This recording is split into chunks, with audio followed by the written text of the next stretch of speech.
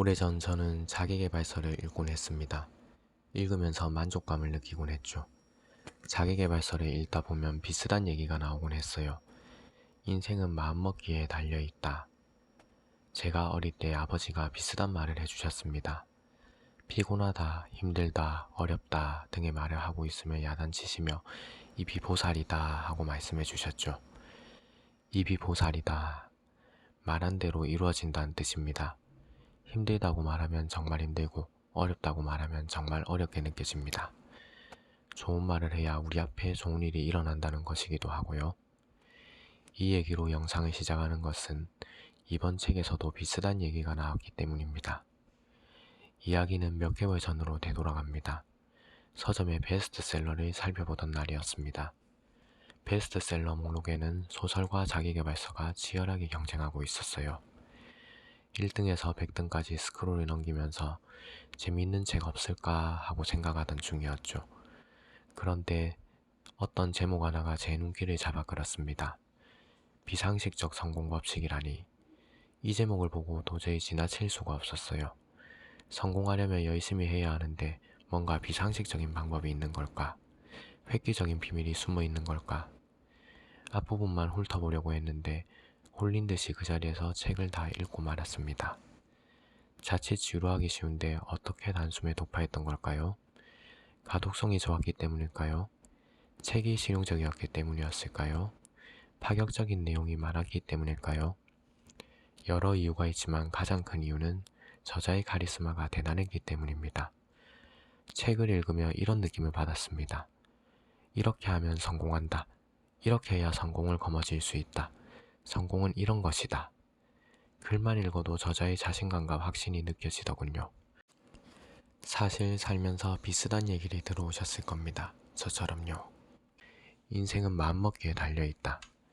성공한 모습을 상상하면 정말 성공하게 된다. 그래서 저는 부자가 된 제 모습을 상상하곤 했습니다. 그 결과 성공이 예정된 사람처럼 행동하게 되었죠.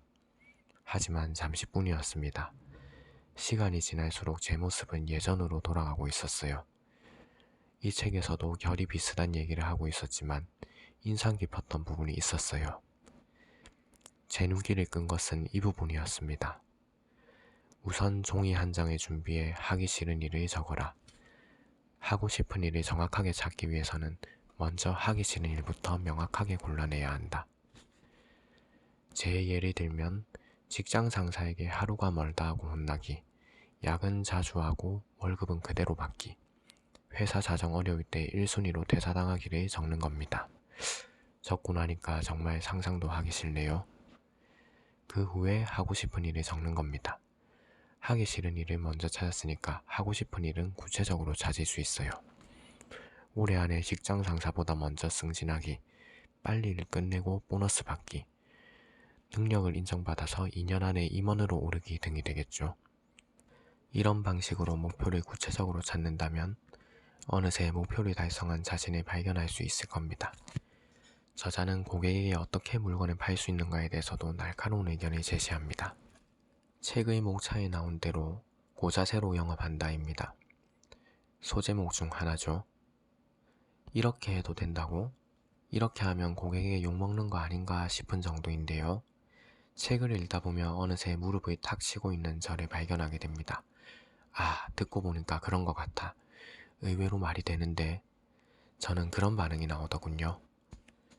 설득당하면 당할수록 뒤에 뭔가가 있을 것이다 라고 생각하며 저는 길가를 가는데 누군가가 붙잡고 종교 얘기를 늘어놓는다면 거부감이 듭니다. 뭔가 노리는 게 있을 것이다 생각이 들고요.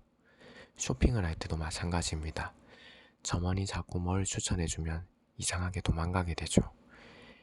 영업직이든 아니든 알아두면 유용한 내용이었습니다. 이 책은 굉장히 실용적입니다.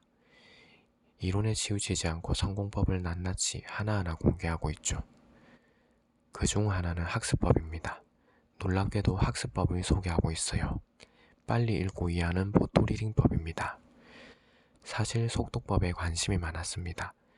예전에 아버지가 속독법 책을 하나 사주셨거든요. 당시 속독법 책은 놀라웠고 흥미로웠습니다. 그런데 아무리 시도해봐도 안되길래 좌절하고 말았죠. 그런 기억이 있습니다. 이번에는 다르지 않을까 기대를 하며 포토리딩법을 읽었습니다. 하루에 책을 10권 넘게 읽을 생각에 두근두근했죠.